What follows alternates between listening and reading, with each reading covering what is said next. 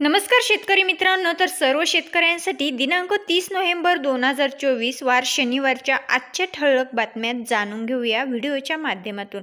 मित्रांनो, मी कविता आणि स्वागत करते तुम्हा सर्वांचं आपल्या आम्ही संगमनेरकर या यूट्यूब चॅनलवर। तर सर्वात पहिली बातमी आहे ती म्हणजे शेतकऱ्यांसाठी शेतकऱ्यांची कर्जमाफी होणार। राज्य सरकारकडून यासाठीच्या हालचालीही सुरू झाल्याची बातमी समोर येत आहे। त्यानंतर दुसरी महत्त्वाची बातमी ती म्हणजे बोगस बियाणे बनावट खत प्रकरणी कडक कारवाईचे केंद्रीय कृषी मंत्री चव्हाण यांचे आदेश।